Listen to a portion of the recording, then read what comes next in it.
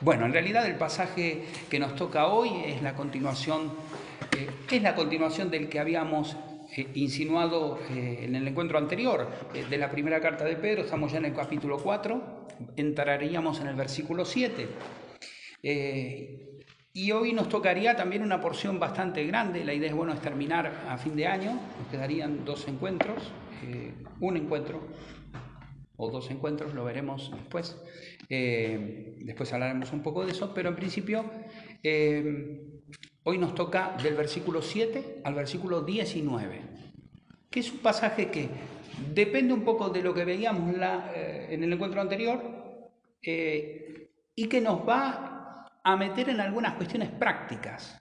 Hasta ahora estamos, se acordarán, del universo alegórico en el cual nos introducía Pedro, o mejor dicho, introducía a todos aquellos hermanos a los cuales en su generación y en su tiempo estaban padeciendo la persecución por el nombre del Señor Jesús, por dar testimonio con su propia sangre, con su propia vida.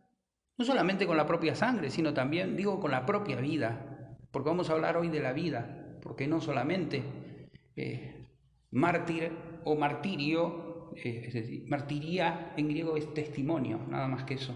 Mártir es un testigo. La única manera de dar testimonio no es derramando la sangre. En algunos lugares sí es algo frecuente. A algunas personas les será la posibilidad para dar testimonio del Señor, pero por lo general, como decía un profesor que tenía en la facultad, nos vamos desangrando poco a poco, ¿no? Hasta llegar al final, a veces, en medio de los sufrimientos de la vida, ¿no?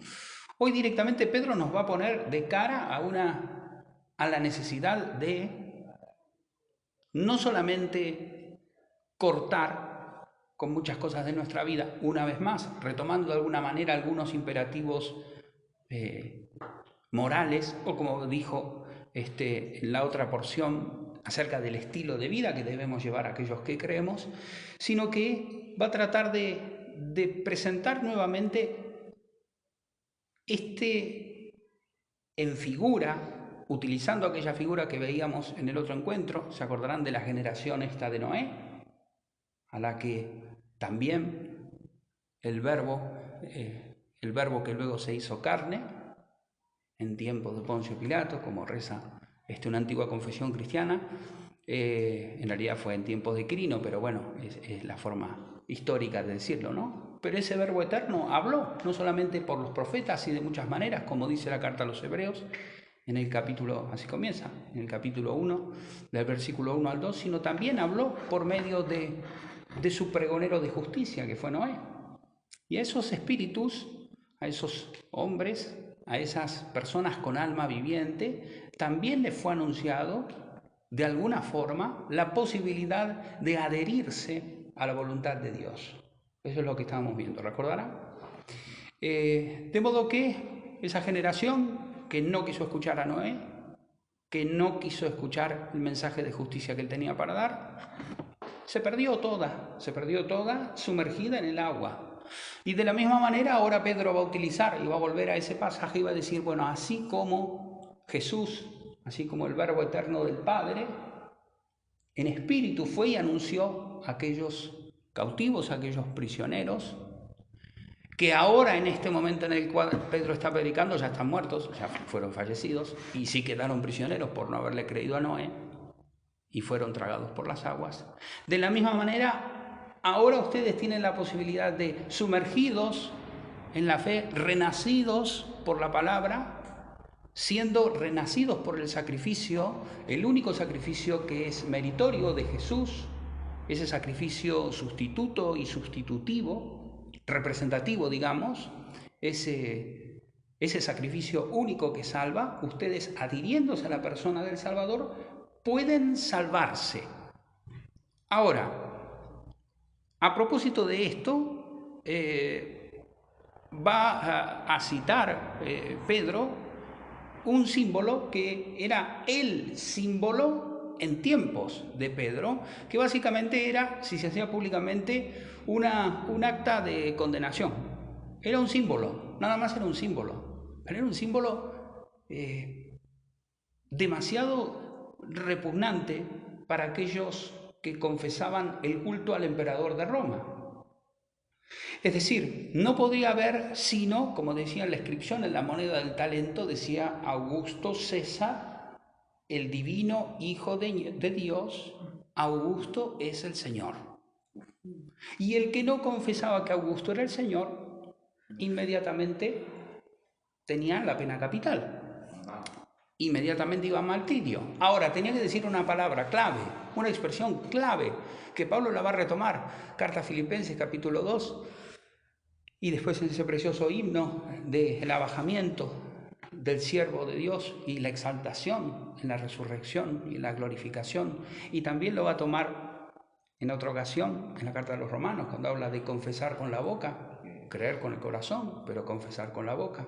¿Se acuerdan qué frase? Confesar con el corazón. Si confesar es con tu boca. Con el corazón. ¿Qué? Que Jesucristo se levantó de los muertos. Esa es la frase. Que Jesucristo es Señor. Jesucristo es el Señor. Eso está como entre comillas, uno lo lee en griego y parece una fórmula. Por eso se acuerdan que dice, y en él, dice Pablo en Filipenses 2, dice, y toda lengua confesará que Jesucristo es Señor. ¿Por qué? Porque ahora en este momento todos están confesando que César es el Señor. Porque la palabra Kyrios no solamente designa a Dios, sino también en ese tiempo al soberano que se hacía llamar Dios. Ahora, ¿por qué menciono esto? Porque en realidad este acto, todo este proceso de conversión interior que sucede en el creyente, que se da antes de alguna manera, de empezar a formar parte de la iglesia, de incorporarse a la iglesia, o mejor dicho, en el acto de creer ya se integra a la iglesia universal, al cuerpo de Cristo universal. Antes de esto, en las comunidades primitivas se utilizaba pasar por un signo. Es decir, mostrar, así como las aguas en el diluvio marcaron un corte entre aquella generación y la nueva generación de los salvados de la condenación, 8, pocos. De la misma manera, hay un símbolo, dirá Pedro, que va a marcar la salvación, pero de la condenación eterna, por la fe en Jesucristo, y es el bautismo de agua. ¿Qué hace el bautismo de agua? Nada.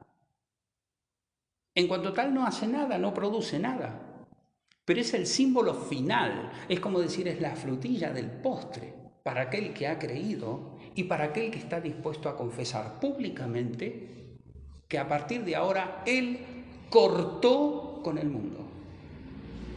Ya no pertenece más a la generación del mundo.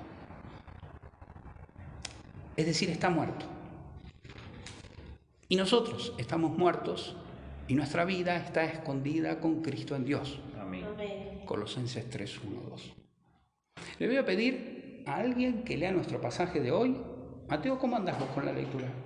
¿Bien? ¿No? Bueno. Moni, Señor, ¿puedes? Sí, 1 Pedro 4, 7, al final, por favor. Mas el fin de todas las cosas se acerca. Sed pues prudentes y de espíritu sobrio para la oración.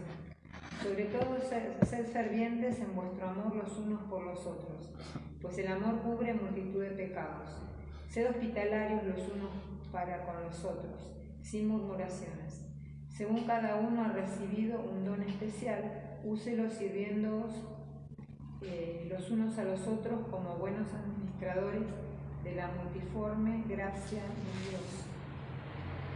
El que hable conforme a las palabras de Dios. El que sirve, que lo haga por la fortaleza que Dios da, para que en todo Dios sea glorificado mediante Jesucristo, a quien pertenecen la gloria y el dominio por los siglos de los siglos. Amén. Amén. Amados, no os sorprendáis del fuego de prueba que en medio de vosotros ha venido para probaros, como si alguna cosa extraña os estuviera aconteciendo. Antes bien, en la medida en que compartís los padecimientos de Cristo, regocijaos para que también en la revelación de su gloria os regocijéis con gran alegría.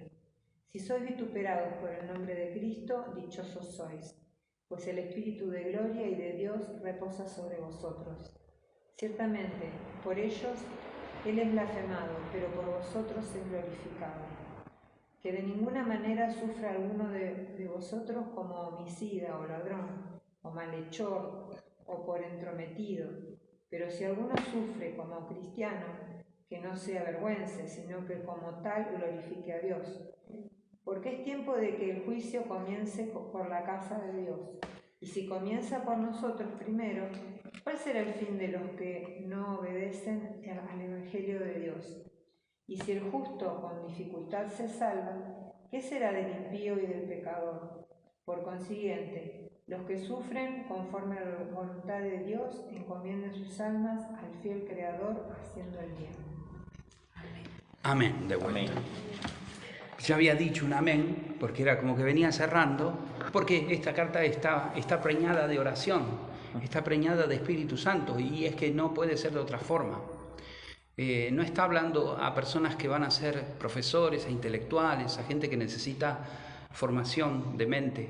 Está hablando a gente que necesita fortalecer el corazón y llenarlo de espíritu para poder dar la vida, ya sea, repito, no solamente en el martirio en la que muchos o casi todos se quedan, sino en el día a día. Porque acá en el fondo, si escuchamos bien lo que acaba Mónica de compartir, se nos está planteando un estilo de vida que no es nada sencillo. Justo estaba mirando mientras decía, me quedé en el versículo 1, el primero que leyó, que es el 7, porque ¿se acuerdan que dice Marcos 1:15, cuando Jesús ahí aparece, nuestro pregonero divino, dice: conviértanse y crean porque el reino de Dios se ha acercado, ¿no? Es la misma palabra que aquí, el mismo verbo, se ha acercado. El fin de todo. El fin. Se ha acercado, el fin. Entonces me parece interesante esto, recordar que en realidad nosotros, los cristianos, tenemos que recordar, tener siempre ante la mente que estamos en el final, no en el final de algo, sino en el comienzo del final. Sí, amén. En el comienzo del fin. Ya comenzó, en tiempos de Pedro, ya había comenzado la última dispensación, digamos, antes del regreso del Señor. Y el juez ya está preparado. Bueno, ya bastante paciencia tuvo desde tiempo de Noé, ¿no? Decía, la paciencia del Señor era lo que hacía que el pregonero pregonara la justicia mientras preparaba el arca, ¿no? Y era el Espíritu de Cristo. Era el verbo del Padre, el verbo paciente. Por eso hay que aprender de Él, que es manso y humilde. Amén. De corazón. Y también es paciente. Lo sabemos eso, que es paciente. Hay algo que menciona Pedro interesante. Fíjense que empieza hablando sobre la necesidad de la oración. Y acá tenemos que cuidarnos de poner la oración dentro de los límites de un tiempo, un horario y un espacio. Si Dios me permite, el domingo hablaremos algo sobre eso, ¿no? Pero en realidad la oración acá aparece mencionada como en absoluto. Yo esperaba, digo, bueno, la oración y qué más. Y no sigue hablando de otra cosa, ¿no? Porque es la oración y es punto. Tienen que dedicarse a la oración y a velar y la oración. En todo tiempo. Sí. No hay límite de espacio ni Caminando, yendo, andando, estando en la calle. En todo el tiempo. Todo el tiempo. Dentro de los límites del espacio y del tiempo, tenemos que vivir en oración y en vigilancia. ¿Por qué? Porque tenemos para nosotros una tarea. La tarea es ser coherentes con aquel corte que el día de nuestra conversión a Cristo se ha realizado. Y esto es lo más difícil. ¿Y cuál es la primera característica? El Espíritu Santo no deja de recordarlo. El amor, eso es lo que debe caracterizarnos. Y no cualquier amor, hay un adjetivo: ferviente, cálido, caluroso. Van a ver dos veces va a aparecer la figura del calor acá, refiriéndose al amor y refiriéndose a una hoguera. Literalmente va a hablar de una hoguera que ya se encendió para nosotros y está dispuesta. Amén. quemarnos. Pero nosotros sabemos que esa hoguera en realidad en figura, habló, ya nos quemó antes y por eso estamos acá. Ahora fíjense, Pedro plantea y empieza a hablar. Pone a Dios, no solamente ya lo habló como juez, lo hablará al final que lo descubrimos como creador, pero ahora en el camino como suministrador y administrador. ¿De qué? De carismas. En griego se dice carismas o carismas, dones, gracias que Él da. ¿Para qué da? Bueno, y acá de vuelta, es imposible no hacer la similitud con Efesios. O sea, da dones a su iglesia, ¿para qué? Para que su iglesia crezca. ¿Pero para que crezca en qué? Intelectualmente, para que sepa más. No, para que crezca en el amor y en la capacidad de amar, de responder a tamaña exigencia. Tamaña exigencia interior, ¿eh? No estoy hablando de legalismo ni de ninguna ley exterior. Estoy hablando de una exigencia que procede del corazón. Y si no procede del corazón una exigencia, el amor ferviente, tenemos que pedirle al Señor que renueve nuestro corazón con su gracia. Amén. Y que su Espíritu venga de vuelta a pegarnos una renovación interior. Iba a decir lo más difícil, pero mejor más fácil. Todos los santos, déjenme usar la palabra. Durante muchos años la usé aplicándose a personas que habían fallecido y equivocadamente, gente que había sido declarada santa por otras personas por tales o cuales razones. Pero la Biblia habla siempre de los santos, y los santos somos aquellos que, conforme a Hebreos 2, hemos sido santificados. Y el que santifica y los santificados, o los santos, todos tenemos un mismo origen, y es de Dios. Amén. De modo que, verán, cuando comienzan las cartas, ¿no? Pablo, a los santos de la iglesia que están, a los santos. ¿Sí? Romanos 1:7, 1 Corintios 1:2, a los santos. Con tanto prurito que Casiodoro, cuando tenía que traducir la Biblia, dijo, a ver, santos que no somos, claro, pleno catolicismo, entonces puso llamados a ser santos. Por eso en la Reina ustedes van a tener esta traducción.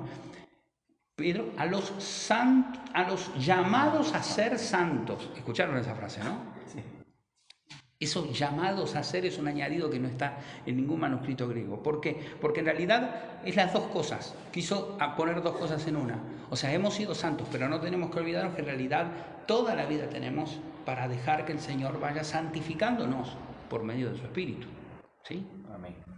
Ahora, claro, si prevalece el amor ferviente, bueno, no solamente nos vamos a dar al Señor como corresponde, sino nos vamos a dar dentro del círculo cristiano, como corresponde.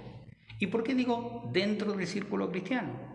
Porque Pedro vuelve a hablar de la murmuración.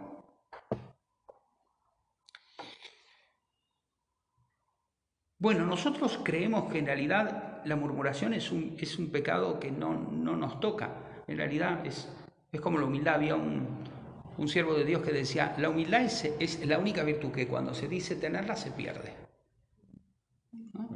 Y yo creo que otro tanto pasa con la murmuración. Yo murmurador no. Sí. Nunca.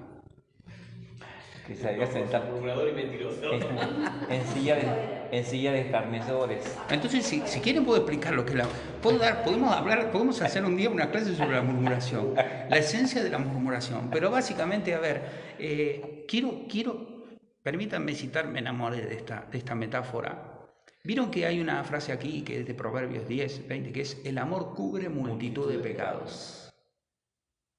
Y dice esto, haciendo esta dicotomía entre aquellos que están afuera, ¿no? Y nos quieren linchar porque somos creyentes, ¿no? Y también se suman otros que también nos hostigan y nos persiguen y que también murmuran contra nosotros. ¿Se acuerdan que veíamos la otra vez que nos acusan de que no obedecemos a las autoridades civiles también? O sea, nos hostigan, nos persiguen. Bueno, lo dice Pablo a Timoteo. Todo aquel que quiera vivir piadosamente sufrirá persecución u hostigamiento. Es otra forma de traducir.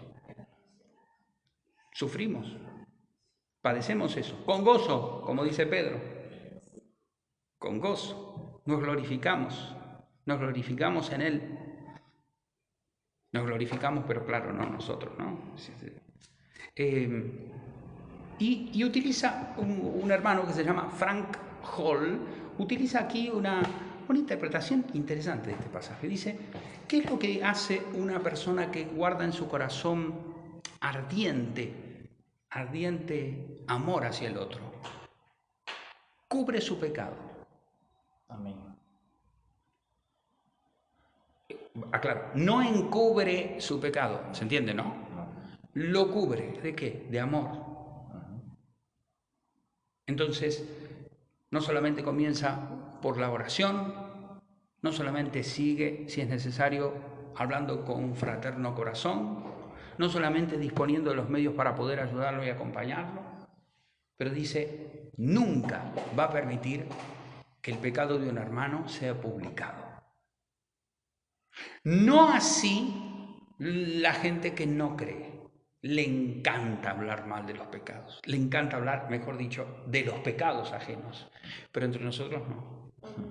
Lo que debe caracterizar nuestras iglesias, nuestras asambleas, debe ser que no descubramos el pecado de nuestro hermano. Y me quedé pensando en esta frase y dije, qué buena definición de murmurar por ahí, ¿no? No lo había pensado nunca así.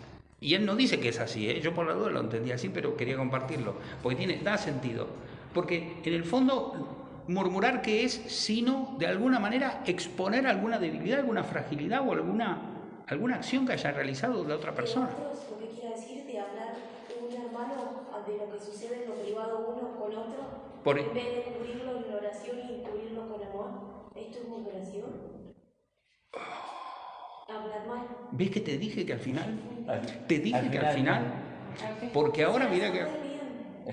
Sí, pero al final... Sí, es que hay parte que dijiste que sí.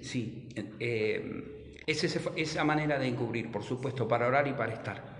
Te digo que sí ahora, pero luego cualquier cosa al final, de veras, porque ahora me perdí por dónde iba. Vuelvo igual enseguida, tengo un poco de práctica, pero sí. Lo que quería decir era esto de la murmuración. No hay instancias que hay que seguir, ¿verdad? Tampoco es esto de que en realidad vemos a alguien pecando y enseguida, no, sigo los pasos, leí Mateo 18, voy, lo llamo fuera y le digo, che, escúchame, estás equivocado.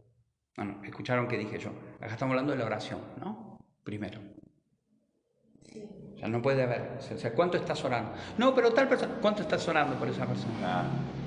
Sí, no, pero ¿cuánto estás orando por esa persona? No, pero es que hay que decírselo porque si no se lo dice, nadie se lo dice, no se va a dar cuenta. ¿Cuánto estás orando por esa persona? No, he orado. ¿Qué hiciste? Agarraste la lista, como hacía yo en la catedral, que agarraba y decía, hoy oramos por tales enfermos, y mencionaba los nombres y creía que era un acto mágico y con eso se curaban todos en ese momento. No, estamos hablando de orar. Estamos hablando de orar. Y por los difuntos también, viste que también. Sí, no lo quería decir, vos sabés que estaba seguro que ibas a interrumpirme.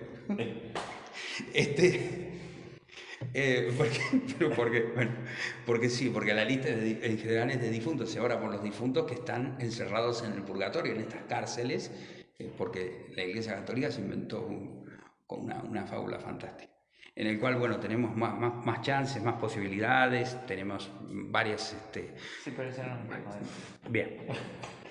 Muy bien. Hoy está bueno porque me están poniendo los puntos de todo. ¿Viste? Yo fui activando células que ahora me benefician. Estabas en el concepto. Estaba en el concepto de murmuración, pero no quería sacarlo, lo quería vincular ahora con el tema de la oración. O sea, porque en realidad todo tiene que ver con una disposición del corazón del creyente que vive apegado a Cristo y que vive a su vez siendo purificado por Cristo y que vive en una relación con Cristo. Hay un concepto que yo no sé. Yo, por supuesto, no creía en él como en otras muchas cosas, pero luego empecé primero a experimentarlas, a vivirlas y luego a entenderlas más intelectualmente, ¿no? Pero hay mucha gente que veo que tiene mucho reparo en hablar de lo que son las pruebas de la vida y sobre todo la disciplina de Dios, el trato personal de Dios y del Espíritu Santo con uno, o de Dios por medio del Espíritu con uno, ¿no? Y eso en realidad es el modo de relacionarnos. El Señor va tratando con nuestro corazón día a día. Pero yo no lo escucho a Dios. Y bueno, lo que pasa es que si mirá, estás divertido, en latín divertus significa vertido hacia afuera, todo el tiempo. Si estás en el mundo, no vas a poder escuchar.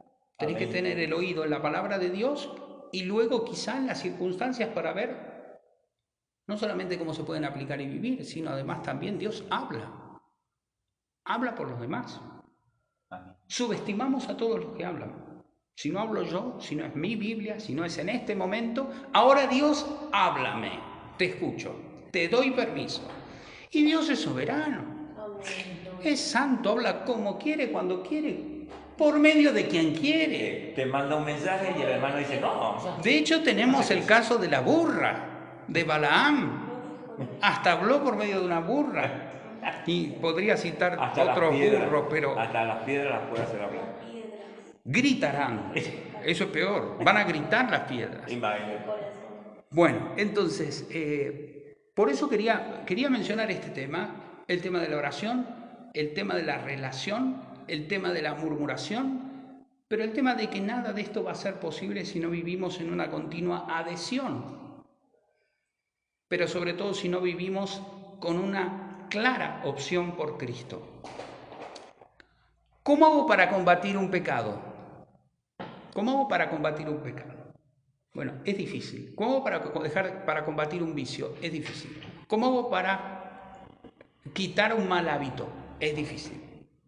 Lo que sí yo puedo hacer, esto sí es algo que al menos en primera persona y segunda y tercera también puedo decir, sí, contrarrestando con el hábito contrario conforme a la palabra, los malos hábitos van disminuyendo. Esto es como una matemática. Una hoguera se ha encendido ya entre ustedes. A medida que te acercas a la hoguera del amor divino, te vas apartando de la hoguera del diablo. Amén. Gloria a Dios. En tanto y en cuanto uno quiera exponerse al poder de Dios, entonces va a poder dejar que el poder de Dios vaya transformando la vida. Amén. Si no, va a quedar todo en letra. La letra mata, el espíritu da vida. Gloria. Lo sabían aquellos judíos que eran a los que le hablaba Pedro, y sobre esto quisiera hacer una salvedad. No nos olvidemos que Pablo le está hablando, paréntesis, el Espíritu de Cristo dijimos que predicó por medio de Noé. El Espíritu de Cristo predicó a los judíos de su tiempo, de su generación. Vuelvo a decir, a los judíos de su tiempo, pero Cristo no predicó a los gentiles. A los paganos y a las naciones no predicó nuestro Señor. Pedro sí. Por eso le dijeron, ¿qué debemos hacer? ¿Qué debemos hacer para vernos librados de esta generación perversa? Es más, Pedro lo dice. No se saben si se lo piden o Pedro lo dice, según el texto. Pero tienen que librarse, arrepiéntanse y háganse bautizar en el nombre del Señor. Arrepentirse, conviértanse, primero hay que convertirse y luego hay que estar dispuesto a todo. Eso es bautizarse. Bautizarse no es presenciar un ritual mágico en el cual el agua nos hace algo, no, el agua moja. No, el Espíritu en cambio vivifica como la palabra. Amén. La palabra es la que implantada en nosotros, como dice Santiago, uno tiene poder para salvar. Amén. Sí, Señor. Palabra. Sí, definitivamente aquel que quiera seguir a Cristo, lo acabamos de leer, no le va a ir bien. Bueno, al gran representante de Jehová en la tierra, de Yahvé, del Señor, de Kyrios, del Padre, Cristo no le fue bien. Acuérdense de la cita del Salmo 69:9 que bien se le puede aplicar a él. Sobre mí cayeron los vituperos de aquellos que te vituperaban. O sea, los rebeldes contra Dios son los rebeldes contra Cristo. Y también van a ser rebeldes a nuestro mensaje, porque nosotros somos de Cristo. Y bienaventurados seremos porque somos dignos de ser llamados, como dice acá, cristianos. Déjenme lo decir. Es decir, cristianos es una de las 3 veces que aparece. Acá en Hechos 26 y luego por primera vez en Antioquía en 11:26 de Hechos. ¿Qué significa ser cristiano?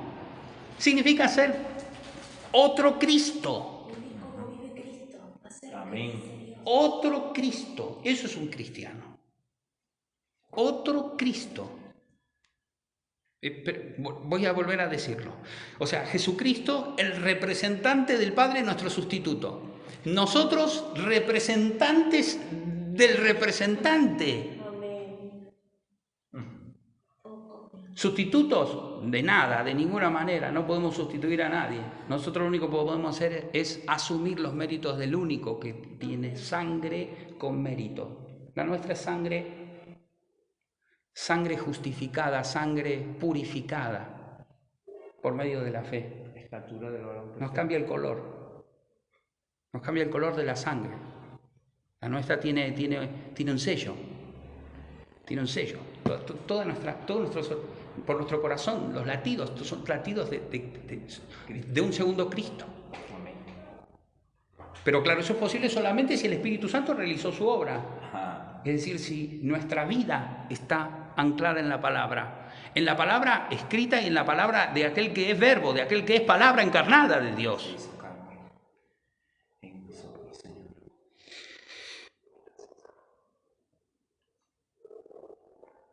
Bueno, tengo que, por supuesto, quiero ir redondeando por a ver si sale alguna pregunta sobre el pasaje.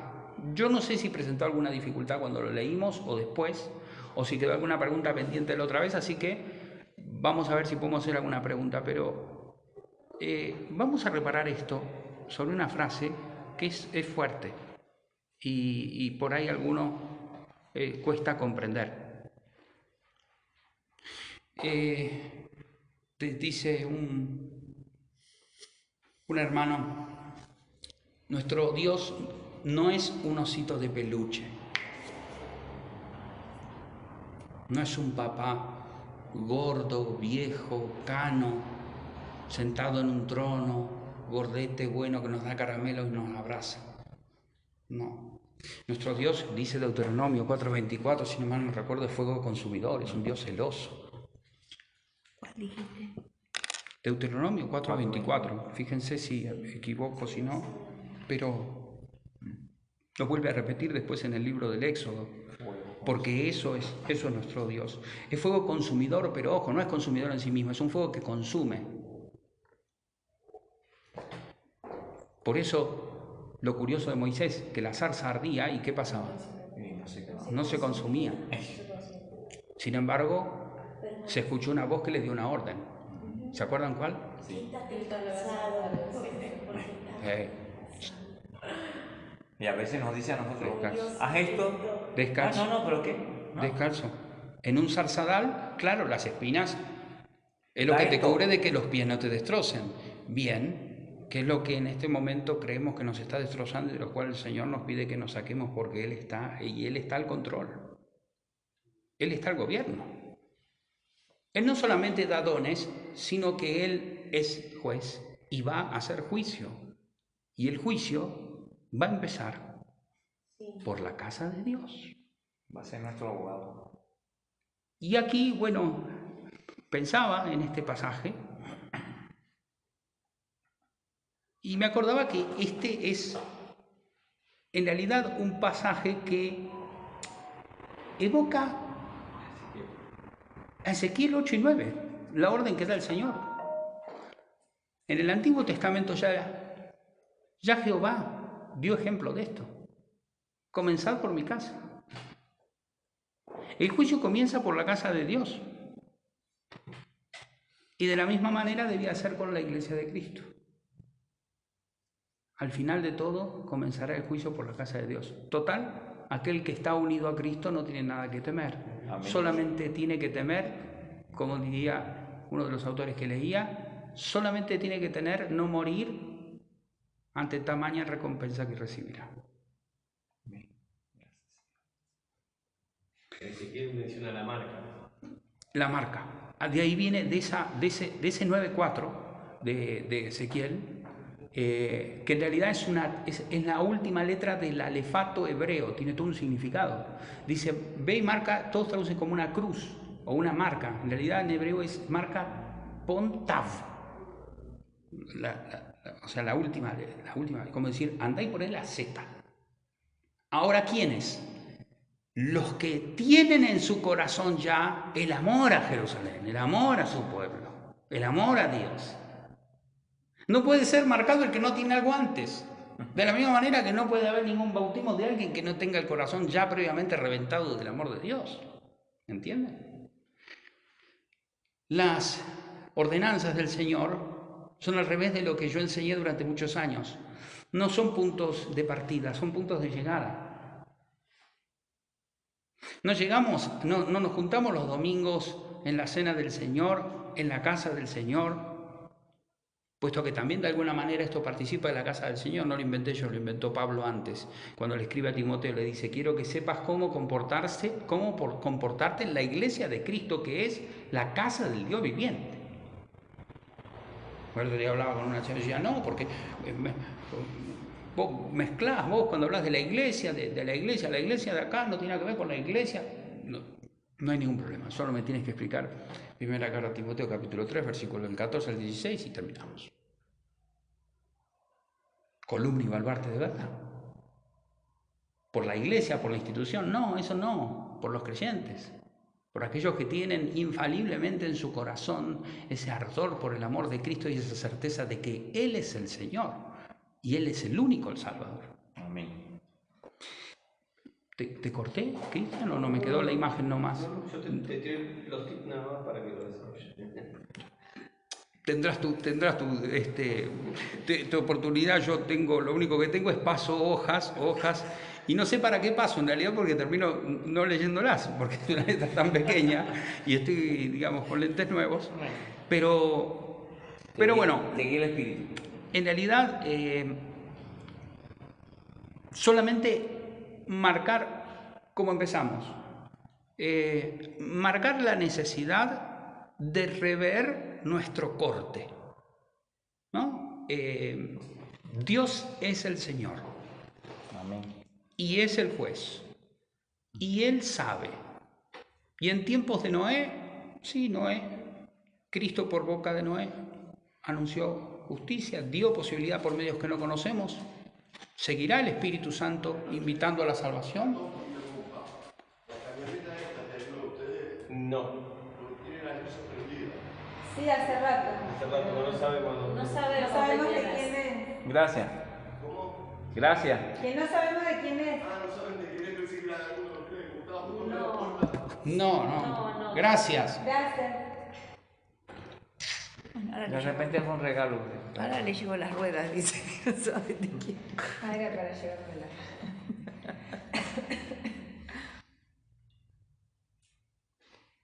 No solamente es aquel que está presente, por eso es costumbre no solamente de muchos hermanos en muchas asambleas del mundo de llamarlo en algunas traducciones de la Biblia. Por ejemplo, John Nelson Darby lo llama l'Éternel, en francés el eterno. También los judíos hoy lo llaman el eterno, justamente porque quieren marcar su presencia, su gobierno y su poder presente a lo largo de toda la historia y todas las dispensaciones, desde Adán hasta la venida del último Adán y más allá, el postrer Adán. No digo postre, la palabra postre suena muy vieja, pero es el último Adán. El último Adán será nuestro Señor Jesucristo en gloria. Amén. Aquel por el cual nos vino la salvación. Y en el medio de todo juicio, un juicio a una generación, lo tenemos claro, una generación murió bajo el agua. Una generación también como una hoguera que se encendió durante los primeros 300 años, se llevó un montón de hermanos que dieron con gozo testimonio de la fe en Jesucristo. Y de la misma manera hay encendida una hoguera en nuestros días, en nuestras casas, y entre nuestros amigos, y entre nuestros vecinos, y entre nuestros compañeros, y entre aquel amigo, como dice el Salmo, ¿no? El que se sienta a mi lado, que comparte conmigo la mesa, o sea, que está compartiendo mi vida. También aquel compañero puede ser aquella persona que me exija a mí tener que dar testimonio de este corte que yo he realizado ya con el mundo. Este fragmento es un fragmento que tiene, no vine en tono reto hoy, pero se dieron cuenta, si lo releen en casa después, tiene una serie de imperativos y de indicaciones muy duras. O sea, nos exige. Básicamente nos está increpando una vez más el Señor por medio de la pluma de Silvano, que a su vez fue dictado por Pedro, a que nosotros seamos coherentes con el estilo de vida que hemos abrazado y que tal como veremos en la próxima vez, si Dios quiere, se va a tener que seguir manifestando en nuestra vida en común o en comunidad.